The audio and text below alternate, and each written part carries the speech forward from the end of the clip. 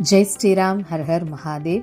2026 main குறிக்கோளா எவ்வளோக்கவ்வளோ சக்தி பீட ஆலயங்களை ஏறி இறங்க முடியுமோ அவ்வளோக்கவ்வளோ ஏறி இறங்கணும் அப்படின்னு அம்பாள்கிட்ட சங்கல்பம் பண்ணியிருக்கோம்.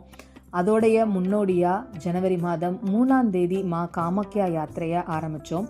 மா காமாக்யாவோட சேர்த்து மேகாலயாவில் இருக்கக்கூடிய ஜெயந்தி சக்தி பீடமும் இந்த தடவை இணைஞ்சிருந்தோம். மா கங்கா டூரிசத்தில் முதல் முறையாக ஜெயந்தி சக்தி பீடத்தை நோக்கி பயணம் பண்ணோம்.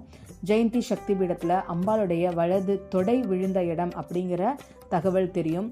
அதை தாண்டி பெருசாக ஒன்றும் அந்த கோவிலை பற்றின விவரங்கள் கிடைக்கல, தெரியல. பயணம் பண்ணோம். மனசில் பல நெருடல், பல சங்கஜம். மொத போகிறோம், நல்லபடியாக இருக்கணும், கோயில் திறந்துருக்கணும், கூட்டம் இல்லாமல் இருக்கணும், ரோடு நல்லபடியாக இருக்கணும்னு பல குழப்பங்களோடு தான் இந்த யாத்திரையை மேற்கொண்டோம். ஜெயந்தி சக்தி பீடம் அப்படின்னு நம்ம மக்கள்கிட்ட சொல்லிட்டோம் அப்படின்னா கூட என்னைக்கு இதை அனௌன்ஸ் பண்ணமோ அன்னையிலேருந்தே மனசுக்குள்ளே ஒரு நெருடல் இருந்துகிட்டே தான் இருந்தது. காமாக்கியாவுக்கு இதுக்கு முன்னாடி 2 தடவை போயிருக்கோம்.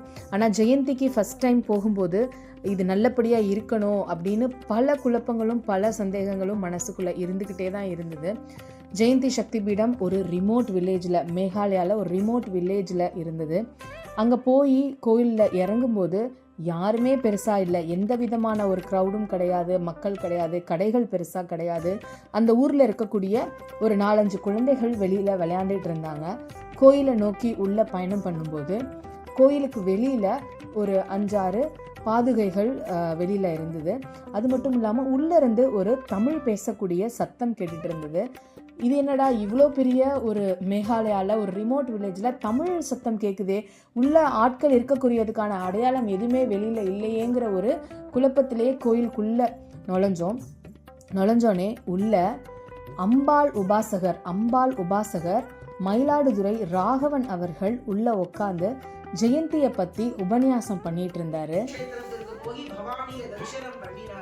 அதன் பிறகு ரகசோபகத்தினுடைய ஆசிரமத்திற்கும் போயிட்டு வந்தாதான் பலன் பூர்ணமா கிடைக்கிறது. சாஸ்திரம் எதற்கு சொல்ல வந்ததுன்னா, அம்பாள் தன்னை தேடி வந்தவாழ, தன்னை நம்பினவாளுக்கு தன்னை தேடி வரணும்னு எதிர்பார்க்கறது கிடையாது. தானே அவளுடைய ஸ்தானத்திற்கு போய் அனுகிரகம் செய்கிறார். திருமுலா எப்படி அனுகிரகம் பண்றாளோ, காமாட்சி எப்படி அனுகிரகம் பண்ணினாலோ, அது போல காமாக்கியா தேவியும் அனுகிரகத்தை பண்ணினார். காமாக்கியா தான் தட்சிண காளியா கல்கத்தால இருக்கா. பாடனாவிலே வடி பாட்டனேஸ்வரியாக, ஜோதி பாட்டனேஸ்வரியாக இருக்கா. அமியிலே பவானியாக இருக்கா. தாவேயிலே பவானியாக இருக்கா. இந்த கஷேத்திரத்திலே ஜெயந்திங்கிற நாமத்தோட 10 கைகள்ல 10 ஆயுதங்களை எழுதினவளாக, அவ்யாஜ கருணாமூர்த்தியாக, ராஜராஜேஸ்வரியாக, மகா திரிபுர சுந்தரியாக நமக்கெல்லாம் அனுகிரகம் பண்ணி கொண்டிருக்கா.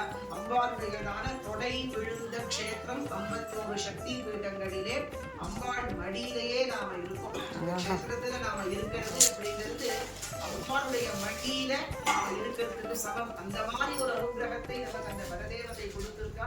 இன்னமும் அநேக கஷேத்திரங்கள்ல பரமேஸ்வரி ஜெயந்திங்கிற வடிவத்தோட இருக்கா. அதுவும் இதே வடிவம் தான். உள்ளுக்குள்ள எந்த ரூபத்தில் இருக்காதோ அதே போலதான் வெளியில இருக்கிற விக்கிரகமும் அப்படிதான் இருக்கு. உள்ளுக்குள்ள இந்த பக்கம் மகர வாகனத்துல இருக்கா பார்த்தீங்களா, இது கங்கா. மகர வாகனத்துல இருக்கிறது கங்கா தேவி மகர வாகனத்துல இருக்கா. அதே மாதிரி உள்ளுக்குள்ள கணேசர் லக்ஷ்மி 2 பேரும் இங்க இருக்கா. அம்பாளுடைய சிரசுக்கு மேல சிவன் இருக்கு இல்லையா. இந்த அதிசயத்தையும் இந்த அற்புதத்தையும் எத்தனை வார்த்தைகளால் வர்ணிச்சாலும் நம்மளுக்கு பத்தவே பத்தாது.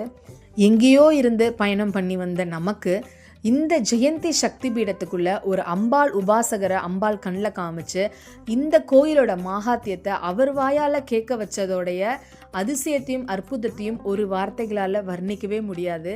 அந்த இடத்துல எங்கள் கூட வந்த அத்தனை யாத்திரைகளும் மெய் சிலிர்த்து போய் அம்பாளை வணங்கிட்டு வந்தோம் அப்படின்னு தான் சொல்லணும். ஜெயந்தி சக்தி பீட யாத்திரை வாழ்க்கையில் என்றைக்குமே ஒரு பசுமையான நினைவுகளை கொடுத்துக்கிட்டே இருக்கும் அப்படிங்கிறதுல எந்த விதமான மாற்று கருத்துமே கிடையாது. இந்த வீடியோவை பார்த்துட்டு இருக்கிற உங்கள் எல்லாருக்குமே நீங்கள் வேண்டக்கூடிய அத்தனை யாத்திரைகளும் கைகூடி வரணும் அப்படின்னு இந்த ஜெயந்தி மாதாட்ட இருந்து பிரார்த்தனை பண்ணுவோம். எப்பயுமே சொல்கிறது தான், இறைவனை நோக்கி நம்ம ஒரு அடி எடுத்து வச்சோம் அப்படின்னா நம்ம வணங்கக்கூடிய தெய்வங்கள் நம்மளை எங்கே கொண்டு போய் நிப்பாட்டணுமோ அங்கே கொண்டு போய் சரியான சமயத்தில் நிப்பாட்டுவாங்க அப்படிங்கிறதுக்கு மிகப்பெரிய உதாரணம் தான் இன்னைக்கு இங்கே நடந்தது எல்லாமே. குருவுடைய கிருபையில், குருவுடைய ஆசிர்வாதத்தில் இப்பேற்பட்ட ஒரு சக்தி பீடத்தில் அம்பாள் உபாசகர் வாயால் அம்பாளை பற்றின மகாத்தியத்தை கேட்டது என்றைக்குமே மறக்க முடியாது. ஜெயந்தியோடைய அனுகிரகமும் ஆசிர்வாதமும் உங்கள் எல்லாருக்குமே கிடைக்கணும். இன்னும் நிறைய சக்தி பீடங்களுக்கு பயணம் பண்ண போகிறோம். மே மாதம் வெஸ்ட் பெங்காலில் இருக்கக்கூடிய சக்தி பீடங்களுக்கெல்லாம் பயணம் பண்ணணும் அப்படின்னு அம்பாள்கிட்ட பிரார்த்தனையை முன் வச்சுட்டு இங்கேருந்து நாங்கள் கிளம்பிட்டோம். தொடர்ந்து மா கங்கா டூரிசத்தில் வரக்கூடிய வீடியோ எல்லாமே பார்த்து நீங்களும் இந்த மாதிரியான யாத்திரைகளுக்கு வந்த பலன் புண்ணியத்தை அடைங்க. ஜெய் ஸ்ரீராம், ஜெய் ஜெய் ஸ்ரீராம், ஹர் ஹர் மகாதேவ்.